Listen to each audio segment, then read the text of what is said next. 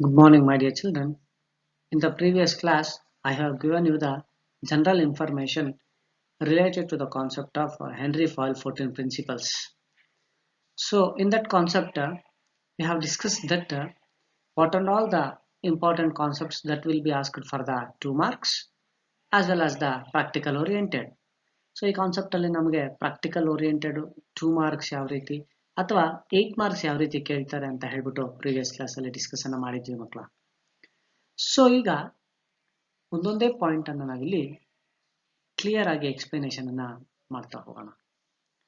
So here the Henry Fayol ಅನ್ನ ನಾವು father of general management and a mining engineer and a management theorist ಅಂತ ಹೇಳ್ಬಿಟ್ಟು ಕರೆದ್ವಿ. So ಅದಾದ ನಂತರ ಇಲ್ಲಿ ಹೆನ್ರಿ ಫಾಯಲ್ ಅವರು 14 ಪ್ರಿನ್ಸಿಪಲ್ಸ್ ಅನ್ನ ಬೈಫರ್ಗೇಟ್ ಮಾಡಿದ್ದಾರೆ. So here the Henry ಫಾಯಲ್ is bifurcated the 14 principles.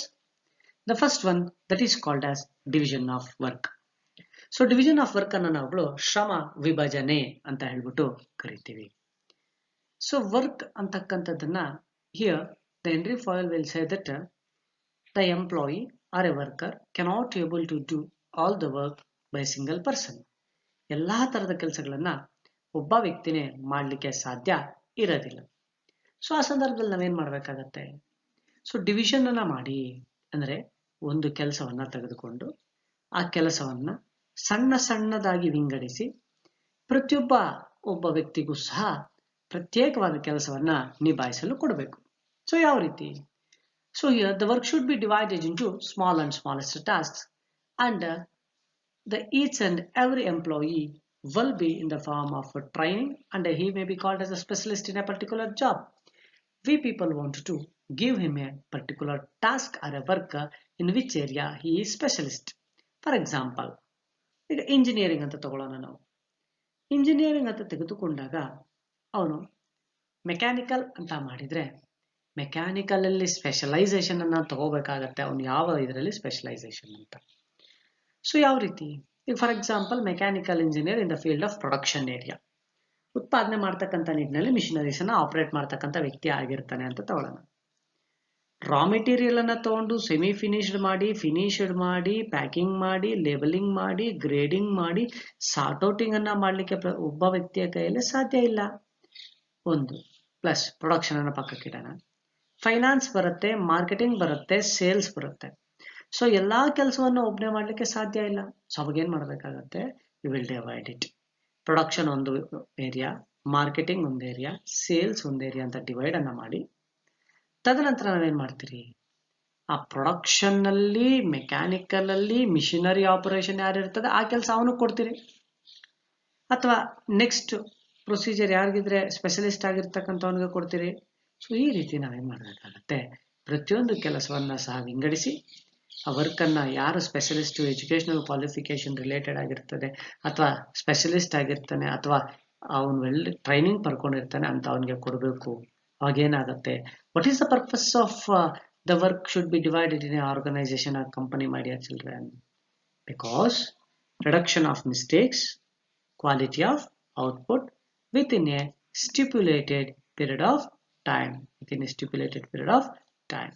So ಇದನ್ನ ನಾವುಗಳು ಪ್ರೈವೇಟ್ ಆರ್ಗನೈಸೇಷನ್ಸ್ ಒಂದೇ ಅಲ್ಲ, ಸೆಮಿ ಅಥವಾ ಪಬ್ಲಿಕ್ ಅಥವಾ ಗವರ್ನಮೆಂಟ್ ಆರ್ಗನೈಸೇಷನ್ಸ್ ಅಲ್ಲೂ ಸಹ ಈ ರೀತಿಯಾದಂತಹ ಕೆಲಸಗಳನ್ನ ಮಾಡ್ತಾ ಹೋಗ್ತಾರೆ ಮಕ್ಕಳ. ಸೊ ಅದಾದ ನಂತರ ಅಥಾರಿಟಿ ಅಂಡ್ ರೆಸ್ಪಾನ್ಸಿಬಿಲಿಟಿ, ಅಧಿಕಾರ ಮತ್ತು ಜವಾಬ್ದಾರಿ. ಸೊ ನೀವು ಯಾವುದೇ ಒಂದು ಕಂಪನಿಯನ್ನ ತಗೊಂಡ್ರೆ ಅಧಿಕಾರನೂ ಇರಬೇಕು, ಜವಾಬ್ದಾರಿಗಳು ಇರಬೇಕು. ಹೈಯರ್ ಅಥಾರಿಟಿ ಓರಿಯೆಂಟೆಡ್ ಅಂತ ತೆಗೆದುಕೊಂಡ್ರೆ ದ ನೆಕ್ಸ್ಟ್ ಅಥಾರಿಟಿನ ರೆಸ್ಪಾನ್ಸಿಬಿಲಿಟಿ ಓರಿಯೆಂಟೆಡ್ ಅಂತ ಕರಿತೀವಿ. ಯಾಕೆ? ಅಧಿಕಾರ, ಜವಾಬ್ದಾರಿ. ಅಧಿಕಾರ ಆಜ್ಞೆ ಮಾಡ್ತಕ್ಕಂಥ ಹಕ್ಕು, ಜವಾಬ್ದಾರಿ ಆಜ್ಞೆಯನ್ನ ಸ್ವೀಕರಿಸ್ತಕ್ಕಂಥ ಹಕ್ಕು. Authority right to give an order and obedience. Responsibility right to receive a order and fulfil according to the authority passed by the superior authority of the organization. ಈಗ ಉದಾಹರಣೆಗೆ ನನ್ನನ್ನೇ ತಗೊಳ್ಳೋಣ. ನಾನು ಯಾರೋ ಒಬ್ಬ ವ್ಯಕ್ತಿಯ ಅಡಿಯಲ್ಲಿ ಅಥವಾ ಸುಪೀರಿಯರ್ ಅಡಿಯಲ್ಲಿ ಕೆಲಸ ಮಾಡ್ತಾ ಇದ್ರೆ ಮಕ್ಕಳ, ಅವರು ಹೇಳ್ದಂಗೆ ನಾನು ಮಾಡ್ಬೇಕಾಗತ್ತೆ. ಅವರ ಅಧಿಕಾರವನ್ನ ಚಲಾಯಿಸ್ತಾರೆ, ನಾನು ಜವಾಬ್ದಾರಿಯನ್ನ ಸ್ವೀಕರಿಸಿ ಅವ್ರು ಕೊಟ್ಟಿರ್ತಕ್ಕಂಥ ಕೆಲಸವನ್ನ ಒಂದು ಕಂಪನಿನಲ್ಲಿ ಮಾಡಬೇಕಾಗತ್ತೆ. ಸೊ ಅಥಾರಿಟಿನ ನಾವು 2 ಟೈಪ್ಸ್ ಅಲ್ಲಿ ಬೈಫರ್ಗೇಟ್ ಅನ್ನ ಮಾಡ್ತಾ ಹೋಗ್ತೀರಿ. ಅಫಿಷಿಯಲ್ ಅಥಾರಿಟಿ, ಪರ್ಸನಲ್ ಅಥಾರಿಟಿ ಅಂತ. ಸೊ ಅಫಿಷಿಯಲ್ ಅಥಾರಿಟಿ ಅಂತ ಹೇಳಿದಾಗ it will be the form of a command. ಈಗ ನೀನು ಹೊಸದಾಗಿ ಕೆಲ್ಸಕ್ಕೆ ಹೋಗಿರ್ತೀಯ, ನಿನಗಿಂತ ಕಿರಿಯ ವ್ಯಕ್ತಿ ಚಿಕ್ಕವನಾಗಿರ್ಬೋದು, ಅಲ್ಲಿ ಎಕ್ಸ್ಪೀರಿಯನ್ಸ್ ಅಲ್ಲಿ ಅಥವಾ ಕೊಡ್ತಿರ್ತಕ್ಕಂಥ ನಿಭಾಯಿಸ್ತಕ್ಕಂಥ ಕೆಲಸದಲ್ಲಿ ಅವನು ನಿನಗಿಂತ ಉನ್ನತ ಮಟ್ಟದಲ್ಲಿದ್ದಾಗ ನಿನಗೆ ಆಜ್ಞೆ ಮಾಡಿದಾಗ ಇಲ್ಲೋ ಒಂದು ಕಡೆ ನಿಮಗೆ ಸಂಕೋಚ ಅಥವಾ ಇವ್ ನನಗಿಂತ ಚಿಕ್ಕವನು ಅನ್ಸ್ಬೋದು. ಬಟ್ ನಾವು ಅದಕ್ಕೆಲ್ಲ ತಲೆ ಕೆಡಿಸ್ಕೋಬಾರ್ದು ಮಕ್ಕಳ.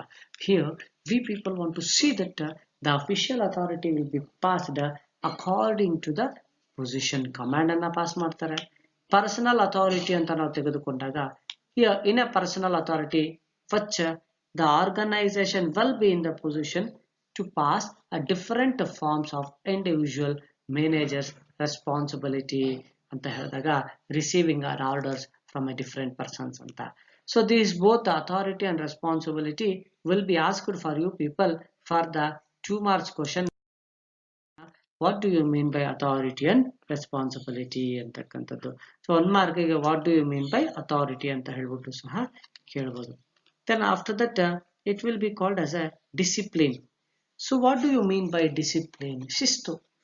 So you take any type of an organization, that all the organizations should be follow the discipline. ಶಿಸ್ತನ್ನ ಕಾಪಾಡ್ಕೋಬೇಕಾಗತ್ತೆ, ಶಿಸ್ತನ್ನ ಕಂಪನಿ ಇರಬೇಕಾಗತ್ತೆ. Until and unless the discipline is not there in the organization, here any organization cannot able to succeed, because if the employee will be in the position to pass the different type of orders and the concepts, there they should follow a discipline. There they should follow a discipline. There they should follow a discipline in the organization, my dear children. So without a discipline, ಶಿಸ್ತು ಅಂತಕ್ಕಂಥದ್ದಿಲ್ಲ ಅಂದ್ರೆ ಯಾವುದೇ ರೀತಿಯಾದಂತಹ organisation ಅಂತಕ್ಕಂಥದ್ದು success ಆಗ್ಲಿಕ್ಕೆ ಸಾಧ್ಯ ಇಲ್ಲ. ಅಲ್ಲಿ ಇಬ್ಬರ ಮಧ್ಯನೂ ಡಿಸಿಪ್ಲಿನ್ ಇರಬೇಕಾಗತ್ತೆ. ಯಾರ್ಯಾರು ಇಲ್ಲಿ ಆರ್ಗನೈಸೇಷನ್ ಅನ್ನು ನಡೆಸ್ತಕ್ಕಂತಹ ಎಂಪ್ಲಾಯರ್, ಆರ್ಗನೈಸೇಷನ್ ಅಲ್ಲಿ ಕೆಲಸ ಮಾಡ್ತಕ್ಕಂಥ ಎಂಪ್ಲಾಯಿ, ಇಬ್ರು ಸಹ ಡಿಸಿಪ್ಲಿನ್ ಅನ್ನ ಫಾಲೋ ಅನ್ನ ಮಾಡಬೇಕಾಗತ್ತೆ. So here the discipline is very very important to all the levels of the organization, taken top level, middle level as well as the lower level. So you take any type of the levels of the organization, all of them should follow a discipline with a formal communication, face to face communication ಅಲ್ಲಿ discipline ಅಲ್ಲಿ organisational workers ಮತ್ತೆ management ಹೇಳ್ತಕ್ಕಂಥ ಕೆಲಸವನ್ನ ಮಾಡ್ಕೊಂಡು ಹೋಗ್ಬೇಕಾಗತ್ತೆ. Without a discipline the organisation cannot able to succeed ಅಂತಕ್ಕಂಥದ್ದು. The next unity of command. Unity of command. So what do you mean by unity of command ಅಂತಕ್ಕಂಥದ್ದು? So according to Fayol there should be only one boss. ಈಗ ನಾವು ಒಂದು organisation ಅಂತ ತೆಗೆದುಕೊಂಡ್ರೆ there will be different levels ಮಕ್ಕಳ, ಅಲ್ವಾ? ಹಲವಾರು levels ಇದೆ ಅಂತ ಹೇಳಿದೆ ನಾನು. Top level, middle level, lower level ಅಂತ. ಸೊ ಲೆವೆಲ್ಸ್ ಅನ್ನ ನಾವು ಹೊರತುಪಡಿಸಿದರೆ ಅಲ್ಲಿ different types of organisational structures ಬರ್ತವೆ. ನಿಮಗೆ ಫ್ಯೂಚರ್ ಚಾಪ್ಟರ್ಸ್ ಅಲ್ಲಿ ನಿಮಗೆ ಅರ್ಥ ಆಗುತ್ತೆ ಕಣ್ರೋ. ಯಾವ ರೀತಿ ಅಂತ ಹೇಳಿದ್ರೆ ಇಲ್ಲಿ ಈಗ ನಾವು ಫಾರ್ಮಲ್ ಮತ್ತೆ ಇನ್ಫಾರ್ಮಲ್ ಸ್ಟ್ರಕ್ಚರ್ಸ್ ಅಂತ ತೆಗೆದುಕೊಳ್ತೀವಿ, ಫಂಕ್ಷನಲ್ ಮತ್ತೆ ಡಿವಿಷನಲ್ ಸ್ಟ್ರಕ್ಚರ್ಸ್ ಅಂತ ತಗೊಳ್ತೀವಿ. ಈಗ ಫಂಕ್ಷನಲ್ ಸ್ಟ್ರಕ್ಚರ್ಸ್ ಅಂತ ತೆಗೆದುಕೊಂಡ್ರೆ ಮ್ಯಾನೇಜಿಂಗ್ ಡೈರೆಕ್ಟರ್ ಅಂತ ಸುಪೀರಿಯರ್ ಅಥಾರಿಟಿ ಬಂದ್ರೆ ಅಲ್ಲಿ production manager, finance manager, sales manager, marketing manager ಅಂತ ಬರ್ತಾರೆ. And each and every department will be having A management head, and that under the departmental head there will be different types of the employees, those who will going to work under a team. So there should be unity of command that suppose in a production department there will be 10 teams, 10 ಗುಂಪುಗಳಾಗಿ ವಿಂಗಡಿಸಿ ಉತ್ಪಾದನಾ ಘಟಕದಲ್ಲಿ ಕೆಲಸಗಳನ್ನ ಮಾಡಿಸ್ತಾ ಇದ್ರೆ ನಾವುಗಳು there each and every team will be having a same command. ಅಲ್ಲಿ ಒಬ್ಬರೇ ಒಂದೇ ರೀತಿಯಾದಂತ ಆಜ್ಞೆಯನ್ನ ಮಾಡಬೇಕು ನಾವು. ಒಂದು ವೇಳೆ ಒಂದೊಂದು ಗುಂಪಿಗೆ ಒಂದೊಂದು ರೀತಿಯ ಕೆಲಸಗಳನ್ನ ಹೇಳಿದ್ದೇ ಆದ್ರೆ ಮಕ್ಕಳ ನಾವು ಅಲ್ಲಿ ಯಾವುದೇ ರೀತಿಯಾದಂತ ಯೂನಿಟಿ ಇಲ್ಲ ಅಂತ ಅರ್ಥ. ಒಬ್ರಿಗೊಂದು ಹೇಳೋದು, ಅದೇ ಕೆಲಸವನ್ನ ಮತ್ತೊಬ್ಬರಿಗೆ ಬೇರೆ ರೀತಿ ಮಾಡ್ಲಿಕ್ಕೆ ಹೇಳ್ತಕ್ಕಂಥದ್ದು, ಅಥವಾ ಒಬ್ರಿಗೊಂದು ರೀತಿ ವರ್ಕ್ ಅನ್ನ ಕೊಡೋದು, ಮತ್ತೊಬ್ರಿಗೆ ಏನು ಕೆಲಸನೇ ಹೇಳ್ದಿರ ಕೆಲಸ ಇರೋ ರೀತಿ ಮಾಡ್ಕೊಳ್ತಕ್ಕಂಥದ್ದು, ಇವ್ಯಾವು ಸಹ ಮಾಡಬಾರ್ದು. ಸೊ ಈ ರೀತಿ ನಾವೇನ್ ಮಾಡ್ಬೇಕಾಗತ್ತೆ, ಗಮನಿಸ್ಕೋಬೇಕಾಗತ್ತೆ. ಒಬ್ಬ ಬಾಸ್ ಇರಬೇಕು ಒಂದು ಡಿಪಾರ್ಟ್ಮೆಂಟ್ಗೆ, ಆ ಬಾಸ್ ಏನ್ ಹೇಳ್ತಾರೆ ಎಲ್ಲರೂ ಫಾಲೋ ಅನ್ನ ಮಾಡಬೇಕಾಗತ್ತೆ. ಸುಪೀರಿಯರ್ ಏನ್ ಹೇಳ್ತಾರೆ ಅದೇ ಪ್ರಿನ್ಸಿಪಲ್ ಅನ್ನ ಎಲ್ಲರೂ ಸಹ ಫಾಲೋ ಮಾಡಬೇಕು.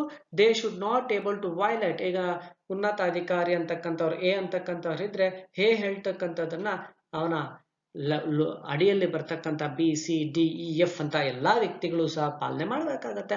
ಇಲ್ಲ ಅವನೇನ್ ಹೇಳೋದು ನಾನು ಕೇಳಂಗಿಲ್ಲ ಅಂತ ವೈಲೇಟ್ ಮಾಡ್ತಕ್ಕಂಥದ್ದಾಗ್ಲಿ ಏನು ಸಹ ಕಂಪನಿನಲ್ಲಿ ಮಾಡಬಾರ್ದು.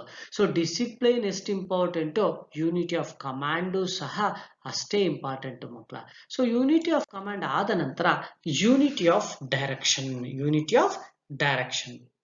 ಸೊ ಯೂನಿಟಿ ಆಫ್ ಡೈರೆಕ್ಷನ್ ಅಂತ ಹೇಳಿದಾಗ you take any type of organisation those who are working with the objective. ಒಂದು ಗುರಿ ಇಟ್ಕೊಂಡು ಹೋಗ್ತಾ ಇರ್ತಾರೆ. ಆ ಗುರಿಯನ್ನ ಎಲ್ಲರೂ ಸಹ ಒಗ್ಗಟ್ಟಿನಿಂದ ಸಾಧಿಸ್ಬೇಕು. ನಾವು ಚಿಕ್ಕಂದಿನ ಕೇಳ್ಕೊಂಡ್ ಬಂದಿದೀವಿ ಕಣ್ರೋ, ಒಗ್ಗಟ್ಟಿನಲ್ಲಿ ಬಲವಿದೆ ಅಂತಕ್ಕಂಥದ್ದನ್ನ. ಒಗ್ಗಟ್ಟಿನಲ್ಲಿ ಬಲವಿದೆ. Yes, where there is a unity there is a strength. That strength should be utilized based on the direction which will be passed by the higher authority. ಯಾವಾಗ ಹೈಯರ್ ಅಥಾರಿಟಿ ಡೈರೆಕ್ಷನ್ ಅನ್ನ ಪಾಸ್ ಮಾಡ್ತಾರೆ, ಆ direction ಅನ್ನ ನಾವೇನ್ ಮಾಡ್ಬೇಕಾಗತ್ತೆ, follow ಮಾಡ್ಬೇಕಾಗತ್ತೆ.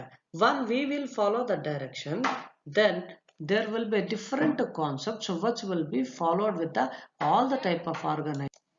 So unity of command ಅಂತ ನಾವು ತೆಗೆದುಕೊಂಡಾಗ all the units of an organization should be moving towards the same objective. ಈಗ 10 ಗ್ರೂಪ್ಸ್ ಇರ್ತದೆ ಅಥವಾ 10 ಡಿಪಾರ್ಟ್ಮೆಂಟ್ಸ್ ಇರ್ತದೆ. ಎಲ್ಲಾ ಡಿಪಾರ್ಟ್ಮೆಂಟ್ಸಿನ ಮೂಲ ಉದ್ದೇಶ ಏನಾಗಿರ್ಬೇಕು, ನಾವು ಅನ್ಕೊಂಡಿರ್ತಕ್ಕಂತಹ ಗುರಿಯನ್ನ ಸಾಧನೆ ಮಾಡ್ತಕ್ಕಂಥ ದೃಷ್ಟಿಕೋನ ಇರಬೇಕಾಗತ್ತೆ. So when there will be a unity of direction with all the departments are moving towards the objective. So objectives ಯಾವಾಗಿರ್ಬೋದು, ನಾವು ಆಲ್ರೆಡಿ ಗಮನಿಸಿದೀವಿ. ಸರ್ವೈವಲ್, ಪ್ರಾಫಿಟ್, ಗ್ರೋತ್ ಅಲ್ವಾ. ಫಸ್ಟ್ ಅಲ್ಲೇ ವಾಟ್ ಆರ್ ದ ಆಬ್ಜೆಕ್ಟಿವ್ಸ್ ಅಂತ ಕೇಳಿದೀವಿ. ಆರ್ಗನೈಸೇಷನಲ್ ಆಬ್ಜೆಕ್ಟಿವ್ಸ್ ಆಗಿರ್ಬೋದು, social objectives ಆಗಿರ್ಬೋದು, personal objectives ಆಗಿರ್ಬೋದು. Whichever the objective that will be there for the organisation, that all will be recognized based on the unity of direction. Then only the organization can able to reach a success, my dear children. Then after that, the next principle that is called as subordination of individual interest to general interest. Yes. The interest of an organization should be take priority over the interest of any individual employee. So organizational interest ಯಾವ ರೀತಿ ಇರಬೇಕು ಅಂತ ಹೇಳಿದ್ರೆ, the organization should not able to think about only the organization. He or the organization should able to think about the behavior of the human being or an employee, those are working. ಅವನ ಒಂದು ಇಚ್ಛಾಶಕ್ತಿ ಯಾವ ರೀತಿ ಇದೆ. ಒಂದು ವೇಳೆ ನನ್ನ ಆಲೋಚನೆಗೂ ಅಂದ್ರೆ ಆರ್ಗನೈಸೇಷನಲ್ ಆಲೋಚನೆಗೂ ನಮ್ಮಲ್ಲಿ ಕೆಲಸ ಮಾಡ್ತಾ ಇರ್ತಕ್ಕಂಥ ಎಂಪ್ಲಾಯಿನ ಆಲೋಚನೆಗೂ ವ್ಯತ್ಯಾಸ ಇದ್ದರೆ, ಒಂದು ವೇಳೆ ಇದ್ದರೆ, so here the organization should be clearly state that or think that the organization should be able to motivate an employee. ಪ್ರೇರೇಪಣೆಯನ್ನ ಕೊಡಬೇಕಾಗತ್ತೆ. ಪ್ರೇರೇಪಣೆಯನ್ನ ಕೊಟ್ಟ ನಂತರ ಯಾವ ರೀತಿ ಕೆಲಸ ಕಾರ್ಯಗಳು ಮಾಡಬೇಕು ಎಂಬುದನ್ನು ಸಹ ಗಮನಿಸಿಕೊಂಡ ನಂತರ ಇಲ್ಲಿಗೆ ನೋಡಬೇಕು ಯಾವ ರೀತಿ ಇಂಟ್ರೆಸ್ಟ್ ಇದೆ ಎಂಪ್ಲಾಯಿದು. Either the employee is working for himself or the employee is working for the purpose of organisation. ಅವನು ಸಂಸ್ಥೆಗೋಸ್ಕರ ಕೆಲಸ ಮಾಡ್ತಾ ಇದ್ದಾನ, ಕಾರ್ಯನಿರ್ವಹಿಸ್ತಾ ಇದ್ದಾನ ಅನ್ನೋದ್ರ ಬಗ್ಗೆ ಗಮನ ಹರಿಸಬೇಕಾಗತ್ತೆ. ಸೊ ಈಗ ನಾವುಗಳು ಜನರಲ್ ಇಂಟ್ರೆಸ್ಟ್ ಇದ್ದು ಆರ್ಗನೈಸೇಷನಲ್ ಒಂದು ವ್ಯೂ ಅನ್ನ ನಾವು ಸಕ್ಸಸ್ ಮಾಡಲಿಲ್ಲ ಅಂತ ಹೇಳಿದ್ರೆ ನಾವು ನೇಮ್ ಸೇಕ್ ಕೆಲಸ ಮಾಡ್ತಿದೀವಿ ಅಂತ ಅರ್ಥ. ಅವಾಗ ಏನ್ ಮಾಡ್ಬೇಕು, both the thinking capacity should be get tallied. ಇಬ್ಬರ ಒಂದು ಇಚ್ಛಾಶಕ್ತಿ ಅಥವಾ ಅನಿಸಿಕೆಗಳು ಟ್ಯಾಲಿ. ಯಾರಿಬ್ಬರ, ಸಂಸ್ಥೆಯ ಮತ್ತು ವ್ಯಕ್ತಿ ಯಾರು ಕೆಲಸ ನಿರ್ವಹಿಸ್ತಾ ಇರ್ತಾನೆ ಅವನ ಇಬ್ಬರ ವ್ಯಕ್ತಿಗಳ ಒಂದು ಇಚ್ಛಾಶಕ್ತಿಗಳು ಅಲ್ಲಿ ಏನಾಗಬೇಕಾಗತ್ತೆ, ನಮಗೆ ಹೊಂದಾಣಿಕೆ ಸಿಗಬೇಕಾಗತ್ತೆ. ಆ ರೀತಿ ನಾವು ಗಮನಿಸಿಕೊಂಡು ಪ್ರಿನ್ಸಿಪಲ್ ಅನ್ನ ಅಥವಾ ತತ್ವವನ್ನ ಕಂಪನಿನಲ್ಲಿ ವ್ಯಕ್ತಪಡಿಸ್ಕೋಬೇಕಾಗತ್ತೆ ಮಕ್ಕಳ. ಸೊ ಈ ರೀತಿ ನಾವುಗಳು ಪ್ರಿನ್ಸಿಪಲ್ಸ್ ಅನ್ನ ಗಮನಿಸ್ತೀವಿ. So these are the some of the principles, and the remaining principles also are there that are very important to us for the purpose of running of the organization, my dear children. So that will be discussed in the next coming classes. But see, when we will think that the organization should be totally dependent on the principles which are specified by both the people called as Henry Fayol as well as the F.W. Taylor. F.W. Taylor ಅವರು scientific ಮ್ಯಾನೇಜ್ಮೆಂಟಿನ ಪ್ರಕಾರ ಹೇಳಿದ್ರೆ, henry ಫಾಯಲ್ ಅವರು general principles ಅನ್ನ ಹೇಳ್ತಾ ಹೋಗ್ತಾರೆ. So ಈ overall view of the general principle ಅನ್ನು ನಾವು ತಿಳ್ಕೊಬೇಕಾಗತ್ತೆ. ಡಿವಿಷನ್ ಆಫ್ ವರ್ಕ್ ಆಗಿರ್ಬೋದು, ಡಿಸಿಪ್ಲಿನ್ ಆಗಿರ್ಬೋದು, ಯೂನಿಟಿ ಆಫ್ ಕಮಾಂಡ್ ಆಗಿರ್ಬೋದು, ಅಥಾರಿಟಿ ಅಂಡ್ ರೆಸ್ಪಾನ್ಸಿಬಿಲಿಟಿ ಆಗಿರ್ಬೋದು, ಅಥವಾ ಯೂನಿಟಿ ಆಫ್ ಡೈರೆಕ್ಷನ್ ಆಗಿರ್ಬೋದು, subordination of individual interest to general interest ಆಗಿರ್ಬೋದು. ಇನ್ನು ಅಪ್ಕಮಿಂಗ್ ನೆಕ್ಸ್ಟ್ ಬರ್ತಕ್ಕಂತಹ ಪ್ರಿನ್ಸಿಪಲ್ಸ್ ಅಂತ ಹೇಳ್ಬಿಟ್ಟು ನಾವುಗಳು ಸೆಂಟ್ರಲೈಸೇಷನ್ ಡಿಸೆಂಟ್ರಲೈಸೇಷನ್ ಆಗಿರ್ಬೋದು, ಆರ್ಡರ್ ಆಗಿರ್ಬೋದು, ಇಕ್ವಿಟಿ ಆಗಿರ್ಬೋದು, ದೆನ್ ಸ್ಕೆಲಾರ್ ಚೈನ್ ಅಥವಾ ಗ್ಯಾಂಗ್ ಪ್ಲಾಂಕ್ ಆಗಿರ್ಬೋದು, ಅಥವಾ ರೆಮ್ಯುನರೇಷನ್ ಆಫ್ ಎಂಪ್ಲಾಯ್ ಆಗಿರ್ಬೋದು, ಸ್ಪಿರಿಟ್ ಡಿಕ್ರಾಪ್ಸ್ ಅಂತ ಬರ್ತಕ್ಕಂಥವಾಗಿರ್ಬೋದು. ಸೊ ಎಲ್ಲವೂ ಸಹ ಹೇಳ್ತಕ್ಕಂಥ ಉದ್ದೇಶ ಏನಾಗಿರ್ತದೆ ಅಂತ ಹೇಳಿದ್ರೆ, ಕಂಪನಿನಲ್ಲಿ ಎಲ್ಲಾ ಪ್ರಿನ್ಸಿಪಲ್ಸ್ ಅನ್ನ ನಾವುಗಳು ಖಂಡಿತವಾಗಿಯೂ ಸಹ ಅಳವಡಿಸಿಕೊಂಡು ಹೋಗ್ಬೇಕಾಗತ್ತೆ. We should able to implement all the principles that are specified by both the persons called as Henry Fayol as well as F.W. Taylor, my dear children. So ಇದರಲ್ಲಿ ನಮಗೆ differentiate between unity of command and unity of direction very very very important. Next slide ಅಲ್ಲಿ ನಾನು prepare ಮಾಡಿರ್ತೀನಿ differences ಅನ್ನ ಮಕ್ಕಳ. So differences ಅದು ಬಿಟ್ರೆ 2 ಮಾರ್ಕ್ಸ್ಗೆ what do you mean by authority and responsibility? Authority means right to give an order and obey obedience. Responsibility means right to receive an order and do the work according to the order passed by the higher authority. ಉನ್ನತ ಅಧಿಕಾರಿಗಳು ಏನ್ ಹೇಳಿರ್ತಾರೆ ನಮಗೆ, ಅವರು ಹೇಳಿದಂಗೆ ನಾವು ಕೆಲಸ ಮತ್ತೆ ಕಾರ್ಯಗಳನ್ನ ಮಾಡ್ತಾ ಹೋಗ್ತಕ್ಕಂಥದ್ದು ಮಕ್ಕಳ. So these are the some of the important principles that we people will discuss in depthly, and remaining the principles will be discussed in the next class, my dear children. So I think you may be understanding the classes easily. Suppose if you find any doubts, ನಿಮಗೆ ಏನಾದರೂ doubts ಬಂದರೂ ಸಹ ಮಕ್ಕಳ, so ಸಂಕೋಚ ಇಲ್ದಿರ ಒಂದಲ್ಲ 2 ಸತಿ ಕೇಳಿದ ನಂತರ ಪಾಯಿಂಟ್ ಔಟ್ ಅನ್ನ ಮಾಡ್ಕೊಳ್ಳಿ. ಏನೇನು ಡೌಟ್ಸ್ ಇದೆ ಅದನ್ನ ನೀವು ನಮಗೆ ಅಂದ್ರೆ ಇಂಡಿವಿಜುವಲ್ ಆಗಿ ನೀವು ಫೋನ್ ಮಾಡಿ ಅಥವಾ ಕ್ವಶನ್ ಮುಖಾಂತರ ಮೆಸೇಜ್ ಕಳಿಸಿದ್ದೆ ಆದ್ರೆ ನಾವು ಪರ್ಸನಲ್ ಆಗಿ ನಿಮ್ಮನ್ನ ಕಾಂಟ್ಯಾಕ್ಟ್ ಅನ್ನ ಮಾಡಿ ಏನೇ ಸಬ್ಜೆಕ್ಟ್ ಓರಿಯೆಂಟೆಡ್ ನಿಮ್ಗೆ ಡೌಟ್ ಇದ್ರೂ ಸಹ ಎಕ್ಸ್ಪ್ಲೈನ್ ಅನ್ನ ಮಾಡ್ಕೊಡ್ತೀವಿ, ಡೌಟ್ ಅನ್ನ ಕ್ಲಾರಿಫೈ ಮಾಡ್ತೀರಿ. ಎಲ್ಲಾ ಕ್ಲಾಸಸ್ ಅನ್ನ ಮತ್ತೆ ಪುನರಾವರ್ತನೆ ಮಾಡ್ತೀರಿ ಕ್ಲಾಸಸ್ ಅಲ್ಲಿ. ನಿಮ್ಗೆ ಇದರಿಂದ ಬಹಳ ಉಪಯೋಗ ಆಗ್ತಾ ಇದೆ ಅಂತ ಅನ್ಕೊಂತೀವಿ ನಾವು. ಸೊ ದಯವಿಟ್ಟು ಚೆನ್ನಾಗಿ ಗಮನಿಸಿ ಕ್ಲಾಸಸ್ ಅನ್ನ. ಏನೇ ಡೌಟ್ ಇದ್ರೂ ಸಹ ಮತ್ತೆ ಮತ್ತೆ ಕೇಳಿ ಪಾಯಿಂಟ್ ಔಟ್ ಅನ್ನ ಮಾಡ್ಕೊಂಡು ನಿಮ್ಮ ಡೌಟ್ ಅನ್ನ ಕ್ಲಾರಿಫೈ ಮಾಡ್ಕೊಳ್ಳಿ ಅಂತ ಹೇಳ್ತಾ ಈ ಕ್ಲಾಸ್ ಅನ್ನ ಮುಗಿಸ್ತೀನಿ ಮಕ್ಕಳ. Thank you.